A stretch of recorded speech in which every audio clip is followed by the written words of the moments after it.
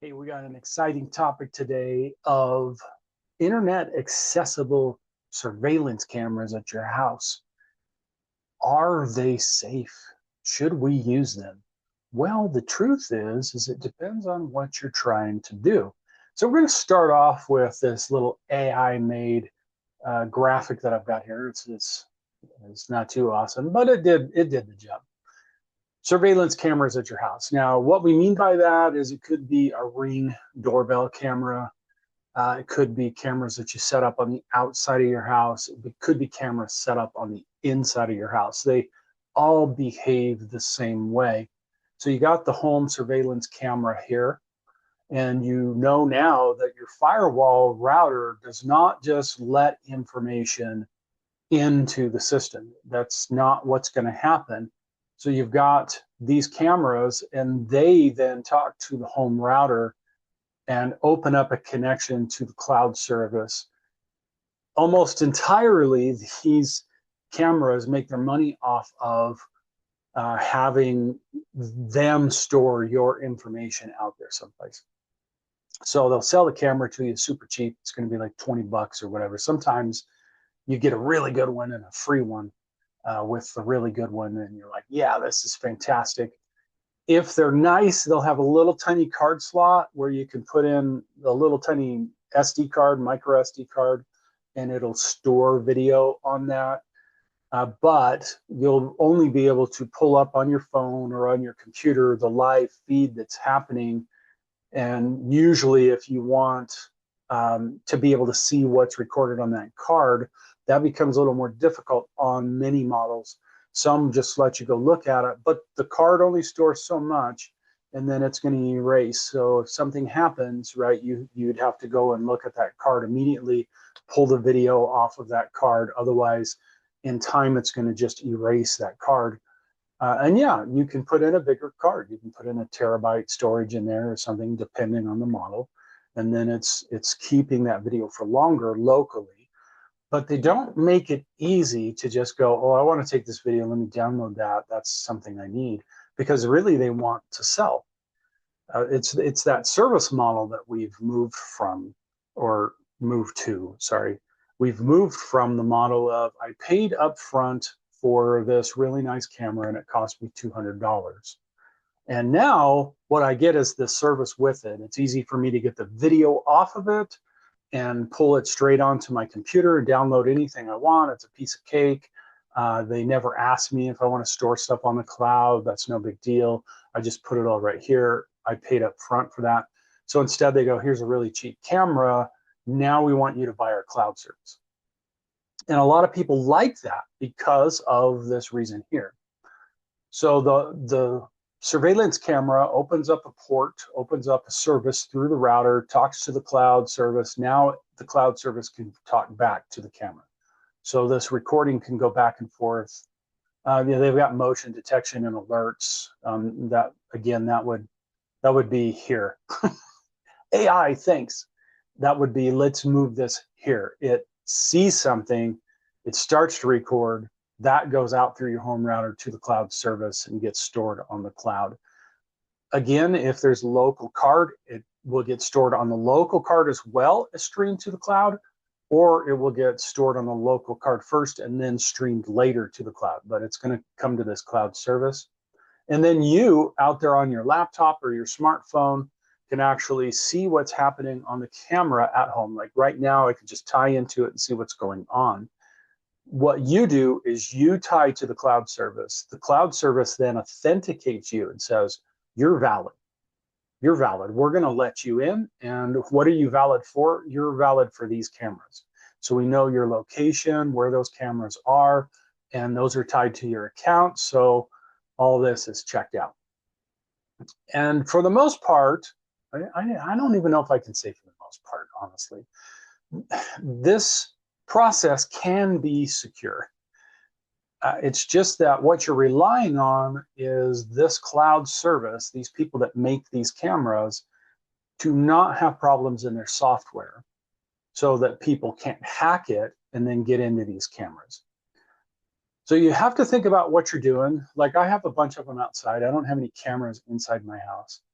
And there's a couple of reasons why. I have no need for that. Secondly, I teach security classes and know that hackers can hack those. And now they're seeing what's in your house. That's a totally different thing than seeing what's going on in my backyard or what's happening on the street out in front of my house.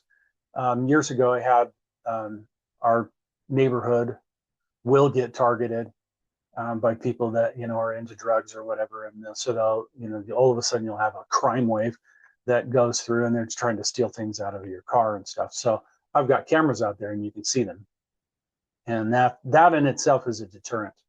But my cameras from outside don't go to the internet; they go to a local storage device, which you can buy. And then I could open that up, right? So here I am, and all that's being recorded here. Then I could open it up and make it available on the web. It doesn't go to a cloud service.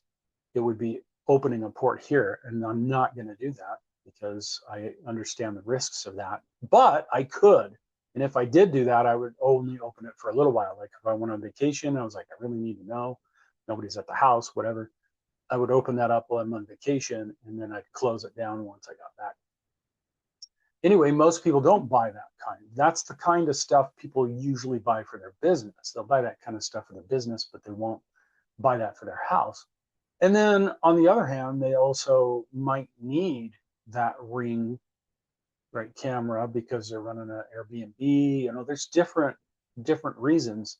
And like I said, there's a whole different thing of somebody, a hacker, being able to access a camera on the outside of my house and see my car's parked there rather than actually seeing me walk around in the house. Right? That's a whole different thing. So you need to know that you are hoping that these people, whoever's providing this cloud service, are securing it. And you can look it up. And there's been lots of times where, let's give you an example, both mother and father work full time.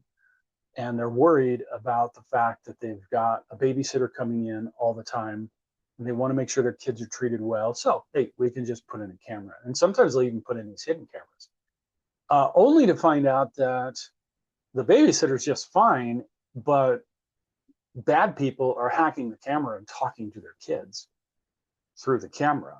And that's happened over and over and over again. I believe the last one was Ring, but you can look it up and see. And see, that's a whole different thing. And I'm not saying, oh, you don't do it. Don't do it because of that reason. No, what I'm saying is you need to be aware that that's an issue, and you need to know that if that's something you're doing, that those systems need to be kept updated. You need to see that they're automatically updated. You need to see that if you can't update them anymore, they may be hackable, and you need to upgrade those cheap cameras to do something else. So I just pulled up this site because this is just a sales site, and all the different ones that are out there, ADT, I don't know if they're better. I don't know. This is very much like what you would normally use. There's Ring. But there's a lot of review sites. Now, I will tell you that a lot of these review sites like safehome.org are just actually ads. And these people just pay. Hey, we're ADT. We'll pay you to say our camera's awesome. Seriously. Anytime I see a site that's laid out like this, I'm like, I don't think you're real. I think you're just a paid advertisement. So yeah, there's a lot of websites. So let's take a look. Blink is a huge one. This is Amazon's, right? Amazon does Blink. There's their different cameras, but you need to know, right? This is all going to the cloud. This is all managed through the cloud, and therefore they want to sell you that cloud access. And again, if it's outside, I don't think I would really care, honestly. This would work for most people without a problem. But I wouldn't be putting them in my house. And if I was putting them in my house, I would really, really be looking at, okay, let's look at Wise. How do they feel about privacy? What is happening with them in privacy? How do they look? Oh yeah, look, I'm gonna win. Look, oh, still a mystery. I would definitely not have any of these. Like, obviously, if I had a Airbnb, I would definitely have this kind of stuff. However, yeah, if you got Wi-Fi controlled lock on your house, I mean, some people really, really get into this IoT things. That's the Internet of Things. That's the whole concept of someday your refrigerator will know how much milk is coming in and out of it and when to place it on the list and even place the order and then safely shows up at your house. Right? This is all that Internet of Things where your toaster, you can't think of a reason why it would be attached to the internet, but it is that kind of thing. That's an Internet of Things. And a lot of people get into it and they're just like, wow, I'm going to do this. I'm going to do this.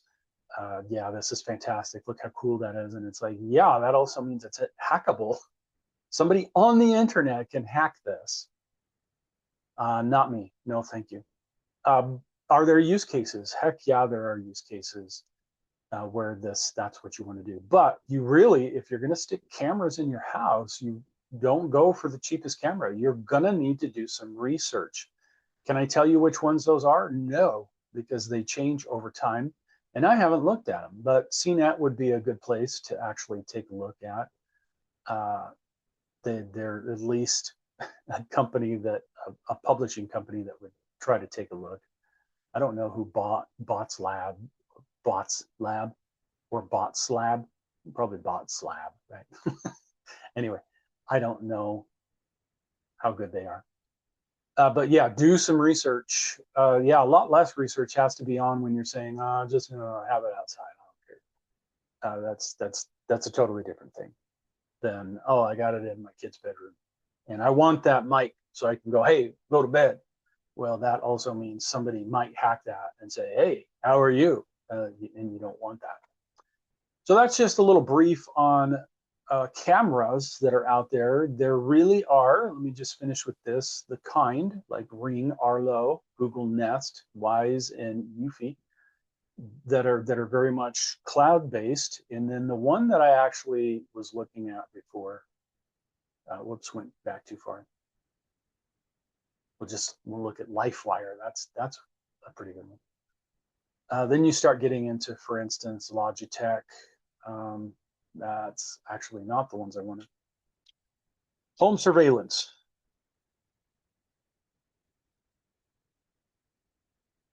That actually gets into these boxes. See, that's a lot more money and everything goes to this box. And that's the kind of stuff that I put in, but it's also the kind of stuff that businesses usually would put in. Everything goes back to a box with a hard drive. And then whether or not you set that up to be internet accessible, that's a whole different deal. So thanks for watching. And again, if you got any questions, if this really brings up some questions or concerns, then let me know. And we'll dig into it farther. We'll take a further look at IoT devices or cameras.